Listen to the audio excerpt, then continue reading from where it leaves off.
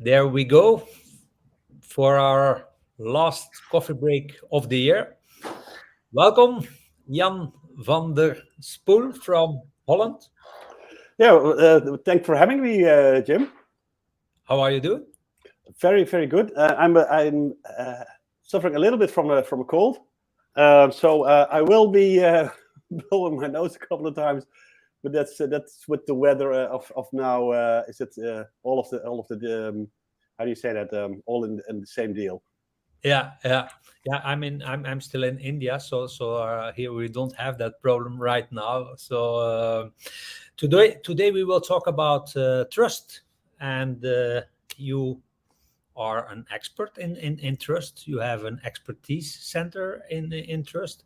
Maybe yeah. Start with talking about that expertise center a little bit.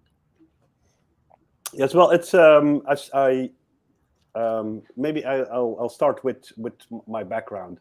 I have been working as a designer and creative director for 25 years in corporate communications.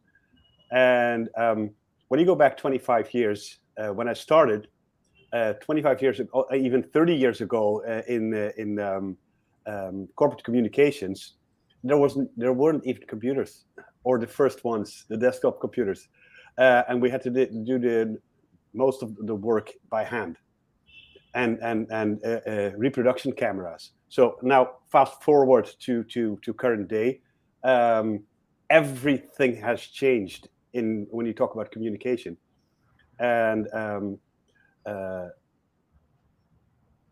I wanted to connect with people. I wanted to use design to connect better with people, and at a certain point, just collecting data and data points and that was not the core what I wanted to do.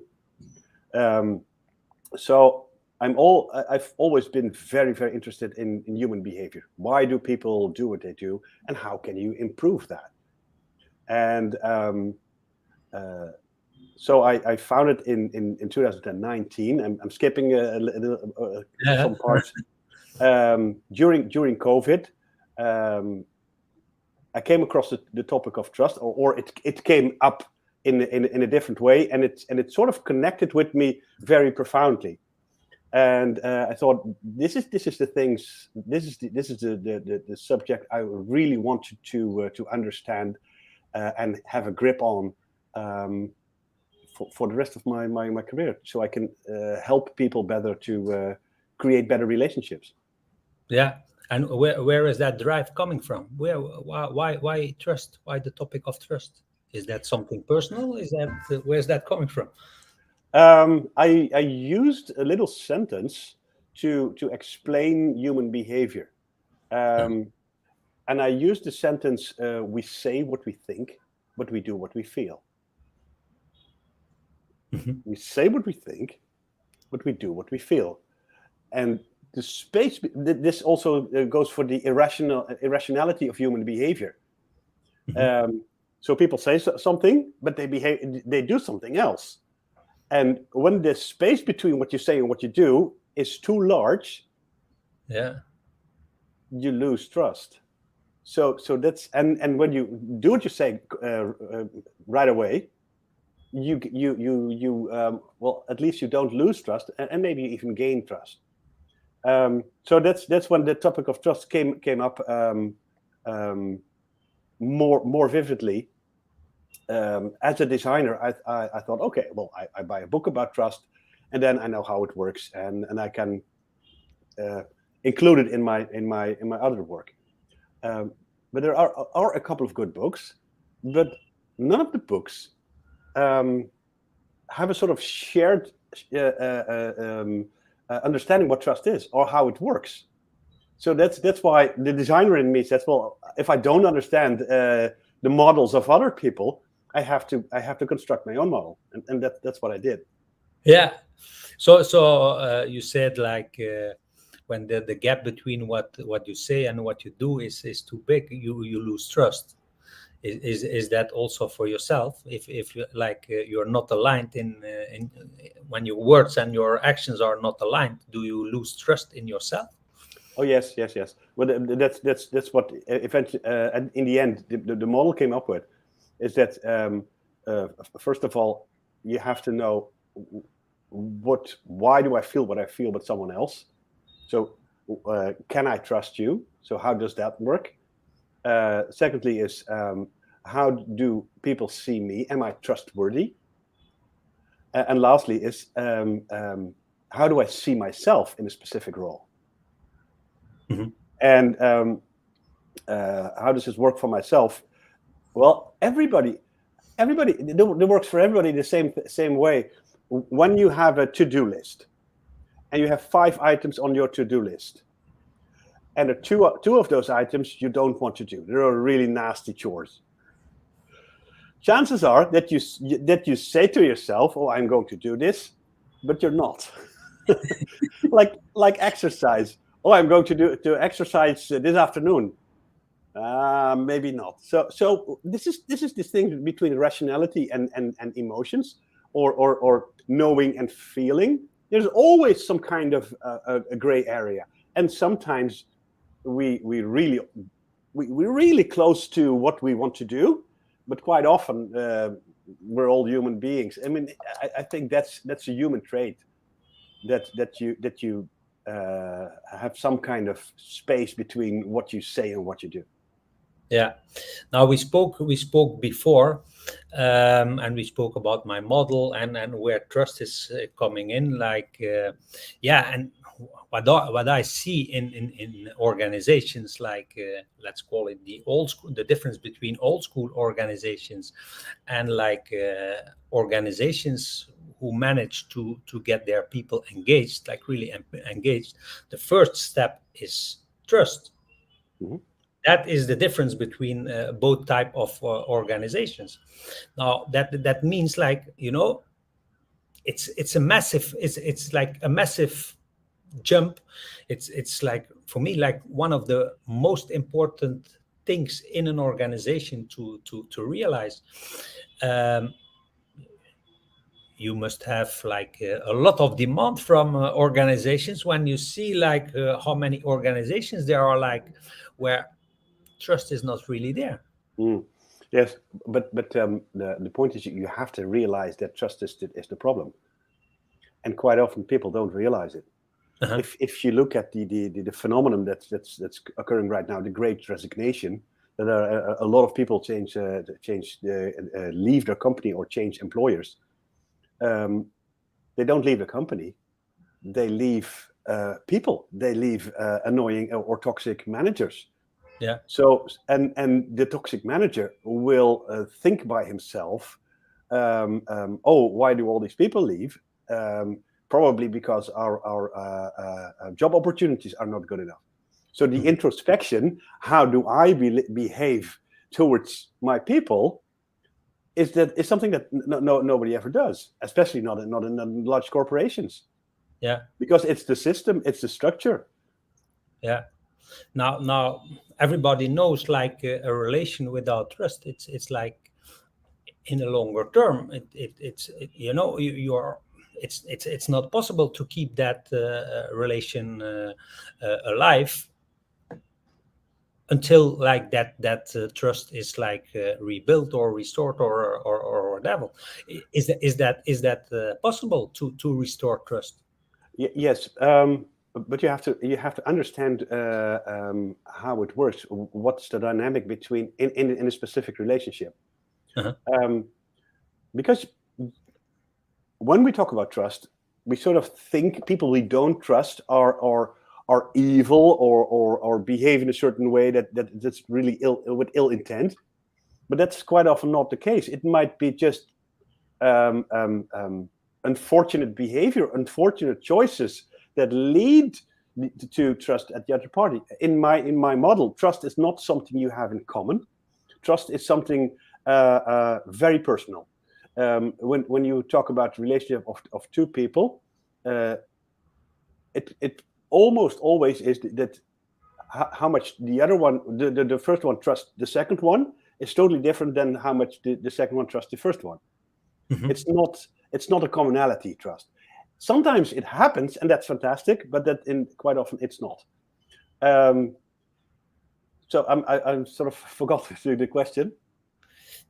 Yeah, if you can like restore, if you can like when there's Yes. like So first it's of all, you have to understand what's going on, because um,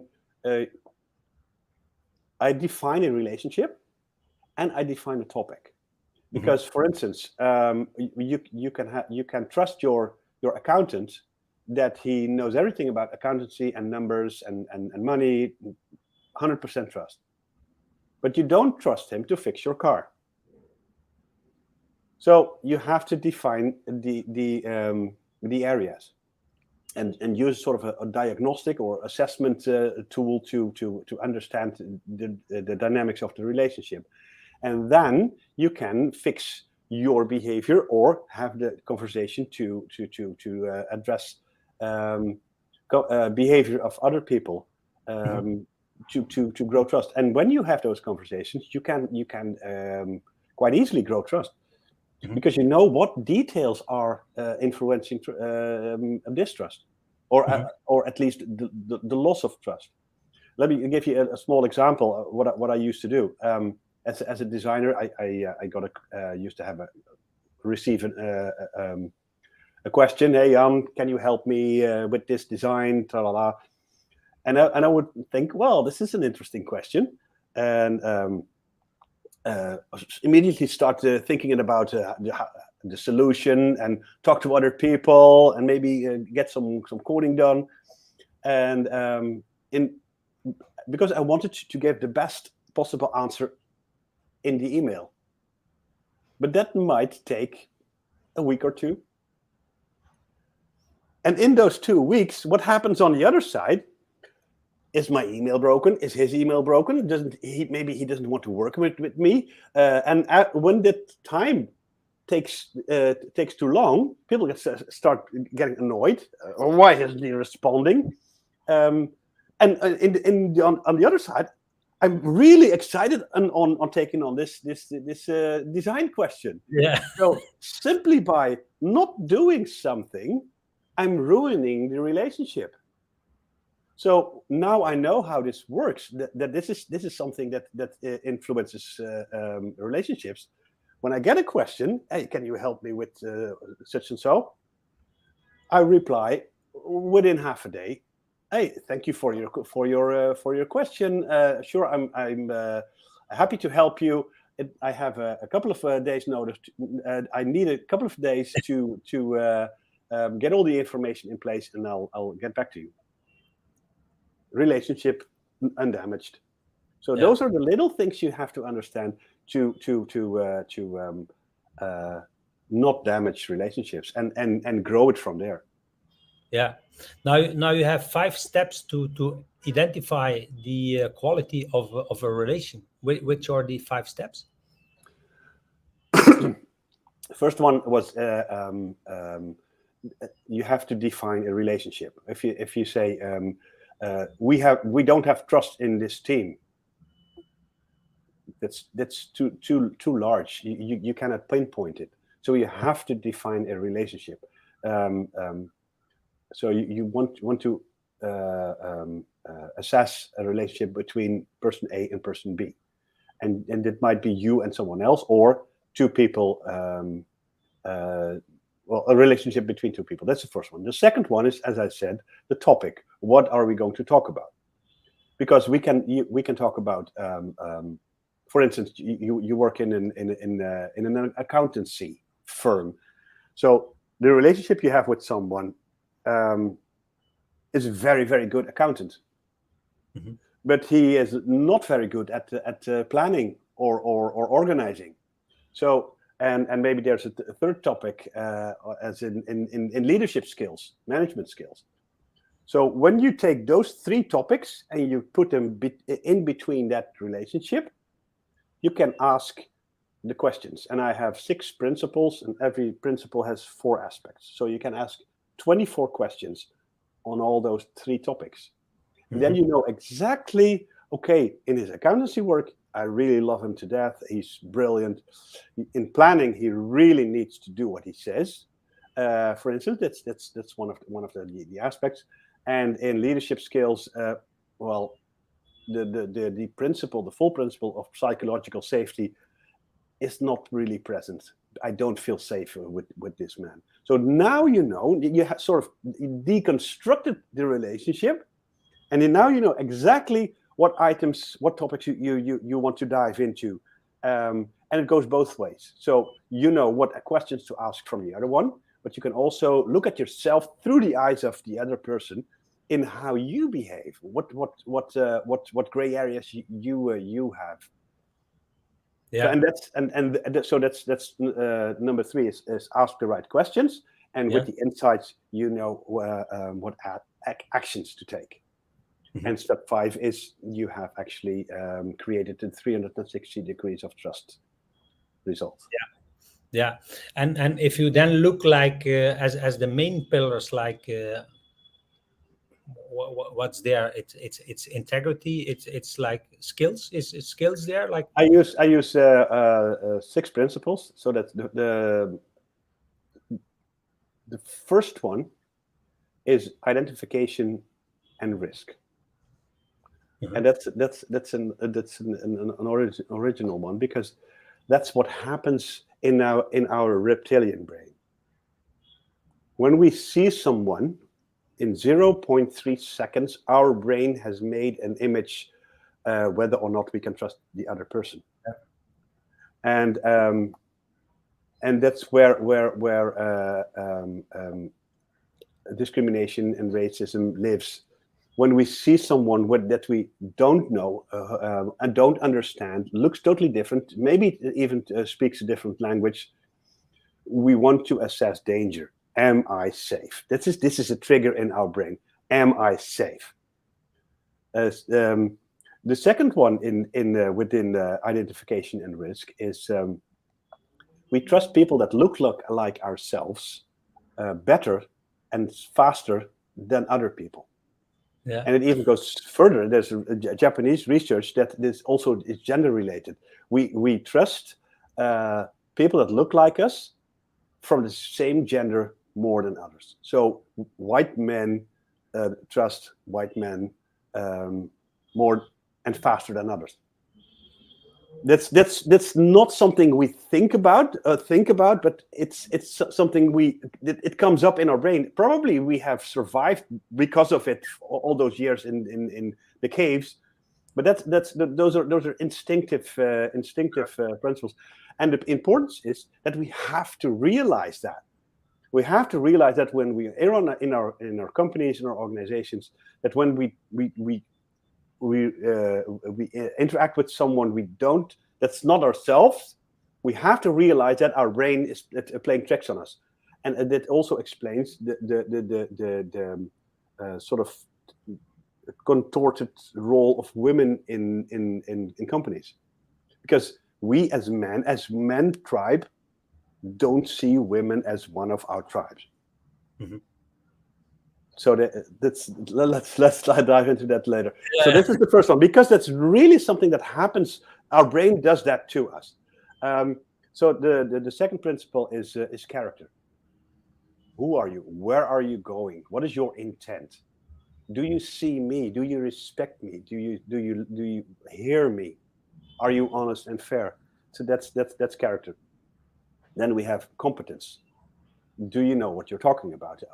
Do you have expertise in your field? And in leadership, that's really interesting if you talk about leadership expertise. Because when someone becomes a leader, he has to make different decisions than before. So he has to have a learning mindset. And if he doesn't have a learning mindset, but a knowing mindset, while he has to do things that he never done before, then you also get some kind of friction in that thing. But in competence is always also interesting. You can have the competence or the expertise and all the qualifications, but when your quality is low, people perceive you as less trustworthy. So that's interesting. Yeah, then you have number 4. That's consistent behavior. Do what you say. Yeah. Take responsibility for your actions. There's nothing worse in a company when you have a boss or someone who dropped the ball and tries to deflect it. No, it wasn't me. It was someone else. It was Jim. Oh, I wasn't there. That's really annoying. And when someone does that, it doesn't even have to do with you, but his reputation will become one. So he never takes responsibility for his action, and you shy away from people like that. And then you get a structure, and in structures, it's what methods does someone uses or organizations uses. When you talk to someone and you say, okay, how do you work? And there's a really fake story. Yes, well, we do. I don't know. And when you talk to several people of the same company and they all have different stories, then you think, I don't know. I'm not sure. And when you are not sure, there's a question mark. The question mark is not trust. It's also not distrust, but it's in the model I use. It's a reason to ask a question. So, do you have a system? In structure, that's the principle of structure. There's also values and norms. What are your values and norms? Because if they're totally different than mine, I don't know if I want to work with you. And rituals and traditions. Very interesting, the power of rituals and traditions. And the last one, and maybe one of the more important ones, is psychological safety. Do people feel safe with you? When someone becomes a manager, automatically it's something changes in his brain, and he becomes less empathic and uses less morality. It's a brilliant research by Dr. Kelper, who researched that. It's so you get a managing position, and by definition you become less nice. And when you understand that you're less nice, well, then you can change your behavior, because when people are afraid, they don't tell you what you need to know. So when you have organizations based on fear, people stop telling you what you need to know, and they stop taking initiative. So those are the 6 principles, and they all consist of very little things that have a very large impact when you understand what they are. Yeah, it's impressive. What's the role of vulnerability in trust? Vulnerability. Well, actually, that's one of the aspects that lives within psychological safety. The psychological safety has the power dynamics. How does that work with power? And the second one is empathy. Are you able to understand emotions of others? Then you have vulnerability. When you are able to say, as a leader, as a manager, I don't know.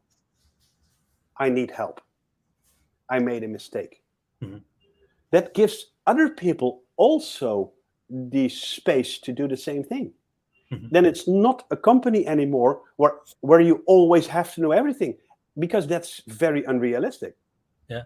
So that's the important the enormous value of being vulnerable as a leader, to create a vulnerable company culture. Yeah.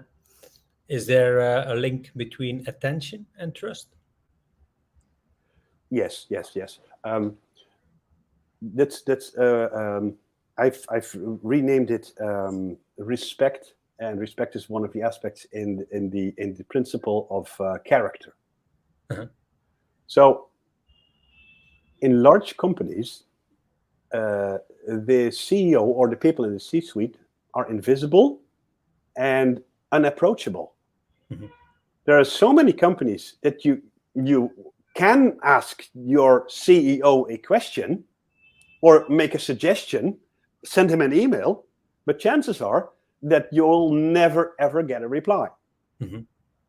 In that case, you might even question if there's a relationship at all. And not being seen in an organization makes people very, very small. I have worked with the bank, in the Netherlands, and I asked the new customer service manager. He had all plans to change the culture of the customer service department. And I said, okay, what do you do different? Well, I say good morning when people come in. I say, okay, that was it? Yes, that was it. I say, do you know their names? He said, no, there are 50 people. So can you imagine that your boss does not know your name? How does it make you feel? So being seen and being heard is the definition of respect. And you don't even have to be nice.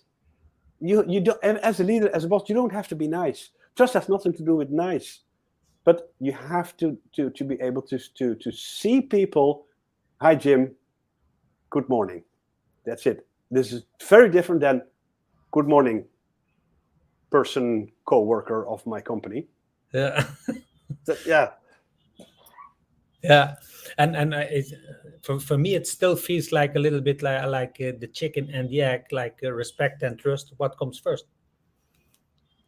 Well, what I did when I started to research trust. Yes, when I started research trust, all the books I bought and studied, I took out the words, the important words, because people can mean the same thing with different words, or use different words to explain the same thing. So I made a full list in Excel to see what I want to explain. And trust is a compound concept. It's the result of a lot of different things, and you can also see it in quite different ways. When you talk to 5 people that research trust, they also have sort of their own perspective. So what I did was really weigh every word, how it fits in my model, and words like transparency or integrity are combinations of other things. I've tried to with the 24 aspects to have it as much as possible not to be compound concepts in itself. And integrity is accountability and intent. So and norms and values. So then you know how to behave. Because if you say to someone, well, the result is you have to behave with more integrity. So what do you do tomorrow? That's too much. I mean, if you can't even do what you say, how can you change your behavior when somebody says you have to have more, or your reliability is not good enough? Yeah. Work on that. Yeah. The actionability is lost. It's too complex. It's too complicated. So that's why I like the cleanliness of the little things. Do what you say, and take responsibility, and you can make all the combinations in the model. Yeah. Now, a study of Gallup showed that productivity of engaged employees is 45% higher than non-engaged employees. Is it possible to engage employees without trust?